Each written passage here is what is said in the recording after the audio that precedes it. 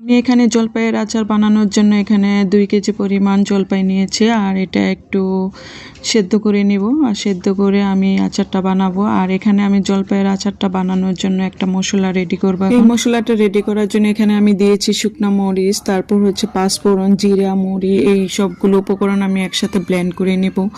তো এই মশলাটা এখন বানাবো। আর হচ্ছে এই মশলাটা দিলে কিন্তু আচারটা অনেক মজার হয়। আসলে আমরা সবাই কিন্তু এক একজন এক এক রকমের করে আচার বানাই। তো ঘরে থাকে যে উপকরণগুলো আছে এটা দিয়ে আজকে আমি আচারটা বানিয়ে নেব। আর হচ্ছে আমি কিন্তু আমার মতো করে এই আচারটা আমি বানিয়ে নেব। তো এই জলপাইয়ের আচারটা বানানোর জন্য আমি প্রথমে জলপাইগুলোকে একটু সেদ্ধ করে তারপর হচ্ছে হাতে একটু চটকিয়ে নিয়েছি। আর এটা বানানোর জন্য মশলাটা আমি রেডি করে নিয়েছি।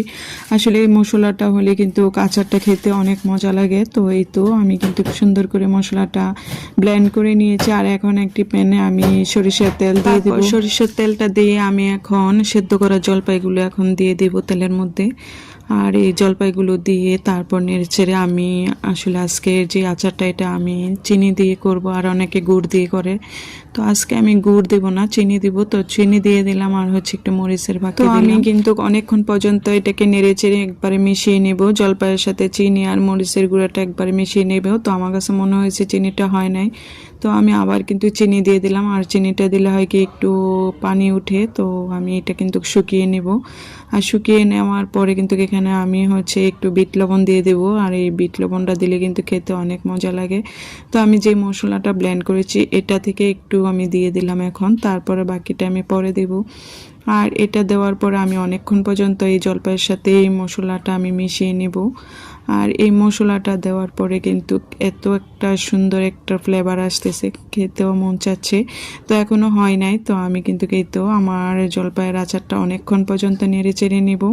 তো নেড়ে চেড়ে নেওয়ার পরে কিন্তু আমি তো বাকি মশলাটা দিয়ে দিব। আর বাকি মশলাটা দেওয়ার পরে আমি আবারও অনেকক্ষণ পর্যন্ত এটাকে নেড়ে চেড়ে নেব। যতক্ষণ না পর্যন্ত কালার আসবে ততক্ষণ পর্যন্ত আমি এটাকে নেড়ে চেড়ে নেব।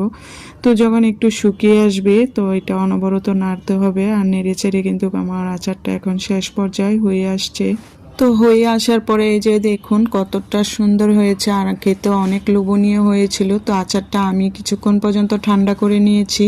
তো আমার আচারটা কিন্তু আমি এই তো চুলা থেকে নামিয়ে ফেলেছি। আর কতটা ঠান্ডা হয়েছে, আর ঠান্ডা হওয়ার পরে কতটা শক্ত হয়েছে আর অনেক আঠালো হয়েছে, খেতেও দারুণ মজার ছিল। এখানে আমি আমার জন্য কিছুটা নিয়ে নিলাম, আর খেতে অনেক মজার ছিল।